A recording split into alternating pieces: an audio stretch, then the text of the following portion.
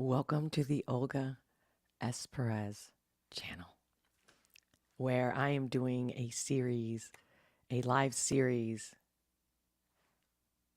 Hold on a second.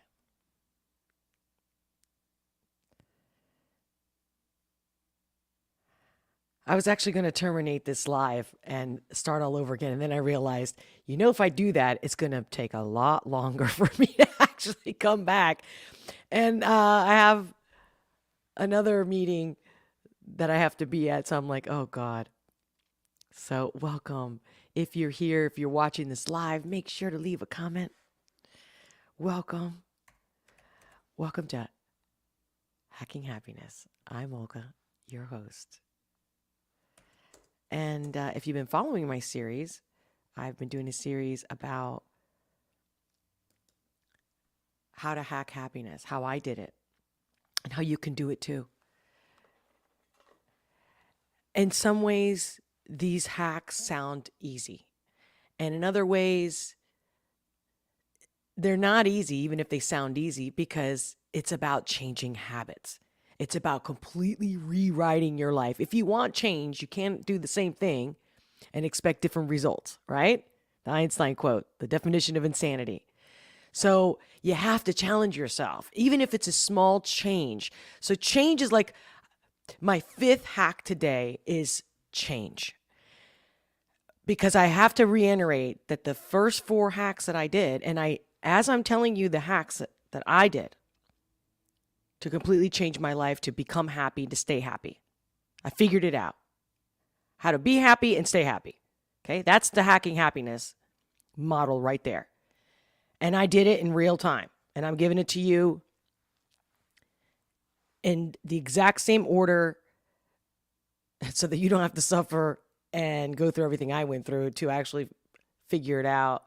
Or at least, you're probably already halfway there if you're watching this video and you're listening to this podcast. And it's about being open to change. And when a lot of people say, oh, I'm open-minded. But if you sit down with them, you start, really getting into their belief system, you realize you're not that open-minded. You think you're open-minded because you feel like, oh, I'm not really glued to anything, right? That's like, like not wanting to take sides, right? And being neutral about it. Well, guess what? You have to make a decision. You have to say, this is what I'm going to do. This is what I'm going to deal with. These are my standards. And this is what I'm going to stick with. You have to stick to something. So you can be open-minded and be open to change at the same time, right? You can be fixed and set in your ways and be open-minded. But the change I'm talking about is really truly implementing the fact that if you think you're open-minded,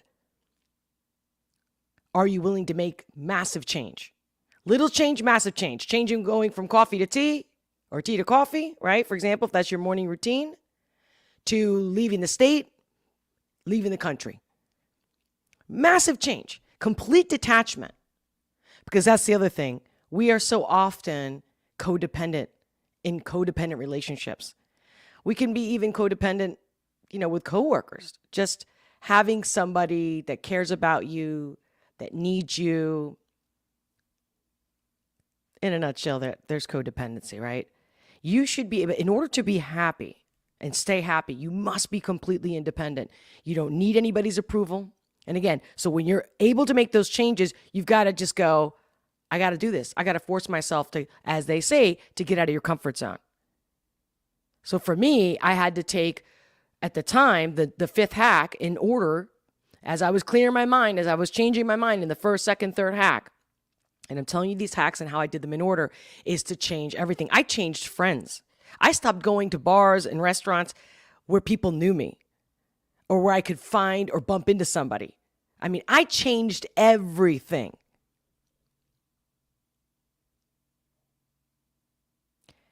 In a way, I did it at the time. I did it mostly to kind of like cope with the pain that I was in, and I didn't want to be reminded of, the people that I've had in my life that I really didn't want Not that they didn't care about me, but they definitely didn't want the depressed version. They wanted the happy-go-lucky, fun, always ready to go party and just, I was very adventurous. I still am, but you know what I mean? Like, but then when shit hit the fan, that was it. When you have no money to do anything, you don't want to do anything. And then if you do want to do something, you're like, I don't have any money. So, I mean, the complete, being like in jail without being in jail. Because a mental jail is worse than actually being in jail. You can be more free in a cell than out walking around. And I'll get into that in the 6th hack on how I freed myself mentally. And that was a major hack. So some of the hacks are smaller, little baby steps. Others are like, boom, eureka, epiphanies. They will happen because as you change your mind, as you change your habits, it will happen. But change, I cannot say it enough, you must change. You change little things at first if that's what you need to do. Some people need to rip the whole Band-Aid off. I personally think it works the best. But if you don't do it, the universe probably does it anyway, Life will give you the situations where you're like, you don't have a choice, right? But if you go, okay, I know that life, the only thing constant is change. And my new philosophy, my new mantra, my new methodology, my new standard is to accept change. Just like when you're in the ocean, you're paddling, all of a sudden there's a wave. Or all of a sudden there's rain. Or all of a sudden, a flying fish. I don't know why I just saw a flying fish in my head. Comes over the boat, I mean, you've got to be ready for anything. Expect the unexpected. Change that thought that you have to have everything set. Flip the set and how it should be in your mind. How have you told yourself? And go, okay, let me do it different. Let me choose a different job. Let me choose a different city, a different apartment, different house. Let me choose a different outfit, a different look. Change, change, change. Keep yourself on your toes. Dare yourself to change in the smallest ways. And then when you do that, you will find yourself doing it in any area. Automatically. It will come like a second nature to you. Especially the times we're living in now. Those who understand the power of being open to change and ready and nimble. And you first have to be nimble in your mind.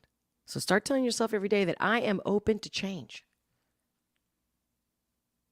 I am open to change for the good, for the better.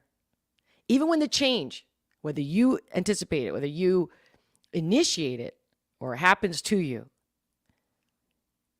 you will be like a cat landing on your feet every single time. I promise you that.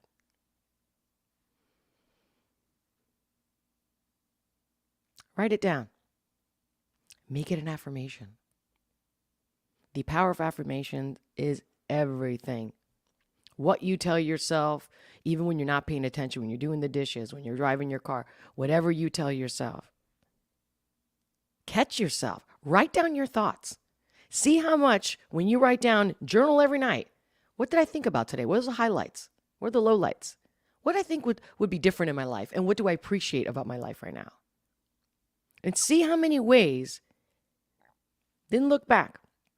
After you write them, go back the next day and reflect.